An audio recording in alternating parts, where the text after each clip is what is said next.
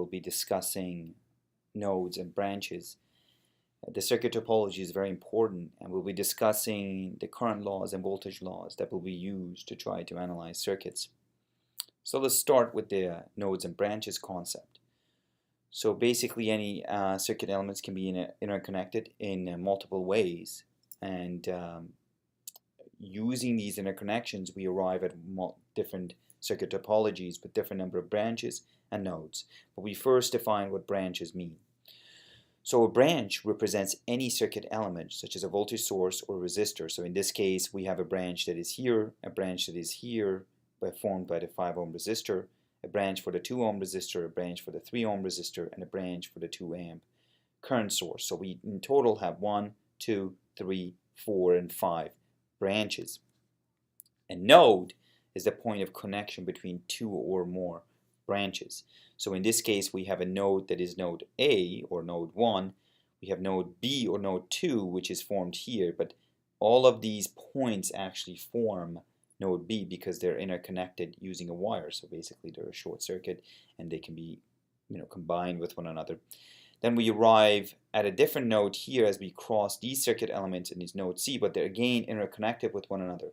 So they're referred to as node C here. So in total, this circuit has 3 nodes.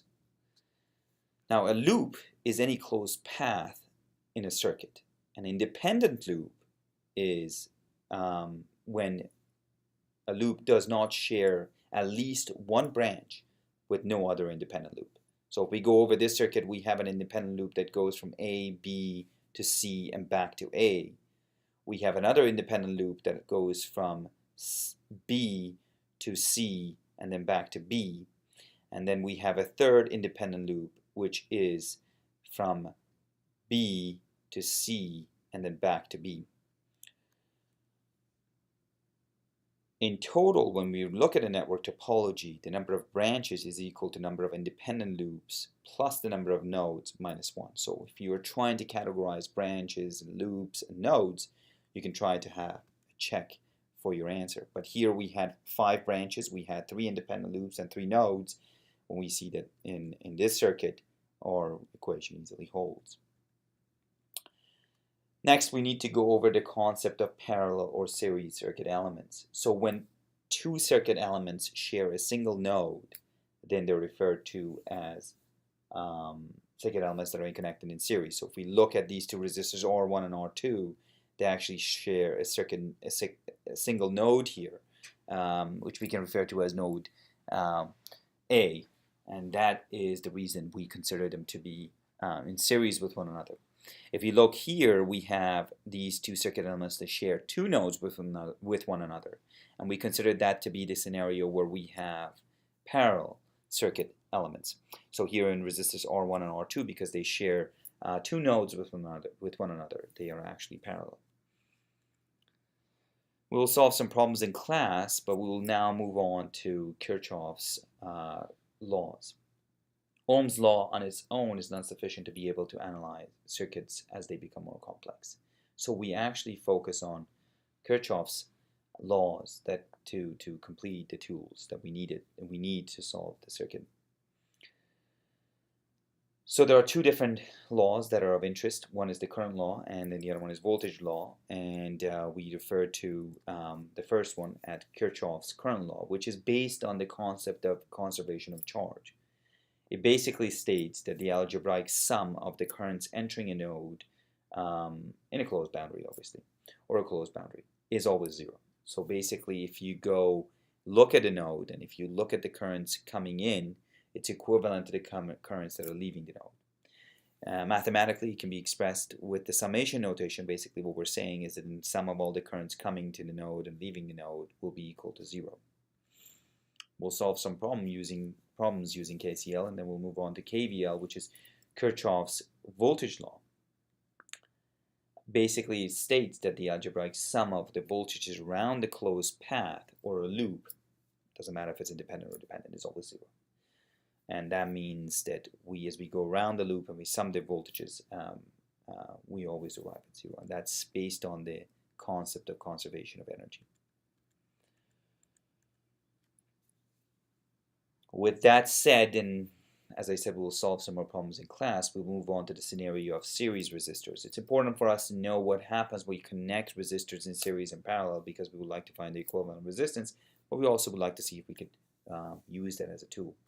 So basically, if we look at the scenario down here, we have two resistors that share a node with one another. So they are in series, so they are series resistors. And we also know that V1 is given by I times R1, and we know V2 is given by I times R2. So we are establishing that relationship. Also, if we apply KVL around this loop, we know that V1 plus V2 is equal to V. So it's very important that we determine how you apply KVL. So as you move from a positive to a negative voltage, then it gets a positive sign convention within the KVL expression. So here we have a positive V1 plus a positive V2, but as we move from a negative to a positive, it actually gets a negative sign convention. So the sum of all of these is equal to 0. Now, if we combine these two equations, what we have is V is equal to V1 plus V2, which is equal to I times R1 plus R2. So now we know that the equivalent resistance of the circuit, because this is the current flowing through the circuit, this is the voltage that is applied to the circuit, so we know the equivalent resistance across these two resistors is actually R1 plus R2. Now, if we generalize this, we have that for n resistors, we have R1 plus R2 all the way to Rn, so we can represent this mathematically with a summation notation. Now we could use these combination of resistors to actually come up with a voltage division expression. So we know that the current flowing through the circuit is equal to V divided by R1 plus R2, which is given here. So the voltage V1 is given by R1 divided by R1 plus R2 times V. And the voltage V2 is given by R2 times I, which is again R2 times V1 divided by R1 plus R2. So this is the principle of voltage division. Now let's get the parallel resistors. So we have now two resistors here that share two nodes with one another, node A and B. So here what we have is a parallel configuration. We know that the voltage across both of these resistors is given by V because they share the same node. So the current flowing through the first resistor is I1 times R1, and the current flowing through the second resistor is I2 times R2. And we can find what I1 and I2 are, obviously. But we also know from KCL that I is equal to I1 plus I2. If we plug in these values in here, which is, I1 is equal to V divided by R1 and I2 is equal to V divided by R2, what we obtain is the equivalent resistance is actually given by REQ is equal to R1 times R2 divided by R1 plus R2. We'll show this in more details in class.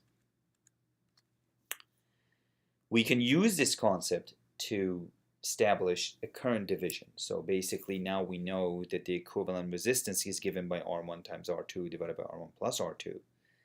And we know that I times that value is equal to V. So basically if we want to determine what I1 is, we just have to divide this by R1, because that is we just need to divide this by R1. So if we divide this by R1, we determine that I1 is equal to I times R2 divided by R1 plus R2. And if we want to find what I2 is, we just need to divide this by R2, which gives us the final expression I times R1 plus R divided by R1 plus R2. So this is the principal concept behind current division. We'll solve some problems and try to get the point across. Thank you.